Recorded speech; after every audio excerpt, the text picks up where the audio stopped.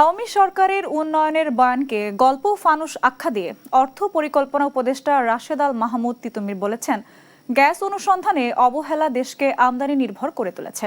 বিশ্ব যুব দক্ষতা দিবসের আলোচনায় তিনি আরও বলেন, নতুন অর্থনৈতিক মডেলের কেন্দ্রবিন্দু হবে বিনিয়োগ, যা কর্মসংস্থান ও উৎপাদন বাড়াবে। আর প্রবাসী কল্যাণ প্রতিমন্ত্রী নুরুল হক নূর বলেন, অবৈধ পথে বিদেশে শ্রমিক পাঠানোর সঙ্গে জড়িতদের বিরুদ্ধে কঠোর ব্যবস্থা নেওয়া হবে।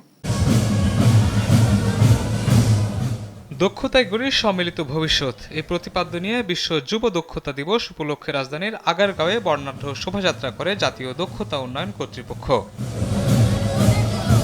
পরে আলোচনা সভায় অর্থ পরিকল্পনা উপদেষ্টা রাশেদ আল মাহমুদ তিতুমির বলেন, ২০৩৪ সালের মধ্যে ১ কোটি মানুষের কর্মসংস্থান সৃষ্টির লক্ষ্যে কাজ করছে সরকার। এজন্য দক্ষ মানব সম্পদ গড়ে তুলতে শিক্ষাক্রমে বড় ধরনের সংস্কার আনা হচ্ছে।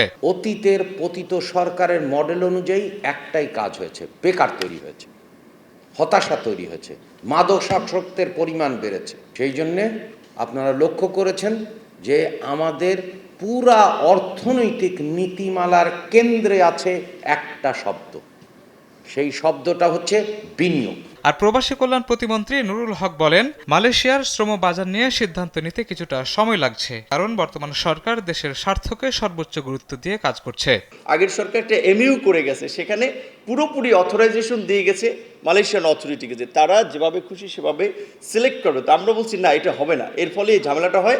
আমরা এখানে ইনভলভ থাকতে চাই প্রক্রিয়ার সাথে। প্রধানমন্ত্রীর মুখ্য সচিব এবিএম আব্দুস সাত্তার বলেন, দক্ষতা উন্নয়ন, কর্মসংস্থান সৃষ্টি এবং টেকসই অর্থনৈতিক ভিত্তি গড়ে তোলায় সরকারের প্রধান অগ্রাধিকার। উনি প্রতিদিন অন্তত দুইটা করে বেসরকারি যে বিভিন্ন সেক্টরের যারা অ্যাসোসিয়েশন আছে তাদের সঙ্গে মিটিং করছেন এবং তাদের সমস্যাগুলো চিহ্নিত করার আমরা চেষ্টা করছি এবং হাই প্রোফাইলের কমিটি গঠন করে তাদের সঙ্গে সমন্বয় করে আমরা তাদের সমস্যাগুলো সমাধানের চেষ্টা করছি।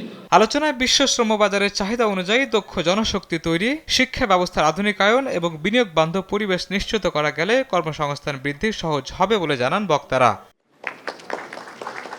শাহিনুর ইসলাম সাগর, দেশ টিভি, ঢাকা।